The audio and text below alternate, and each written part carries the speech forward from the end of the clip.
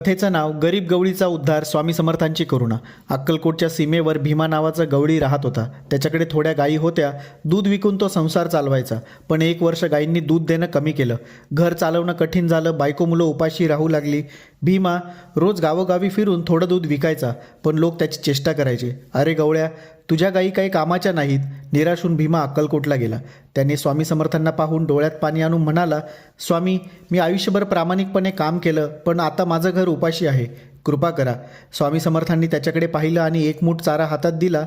म्हणाले, हा चारा घेऊन गायींना खाऊ घाल, त्या तुझं भाग्य बदलतील. भीमाने श्रद्धेनं चारा गायींना दिला. दुसऱ्या दिवशी चमत्कार झाला.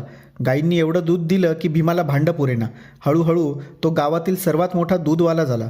पण त्याने स्वामींचं स्मरण सोडलं नाही. रोज काही दूध तो गरिबांना वाटायचा. कथेचा संदेश: देव श्रद्धा आणि परिश्रमाचं फळ कधीच वाया जाऊ देत नाही. श्री स्वामी समर्थ.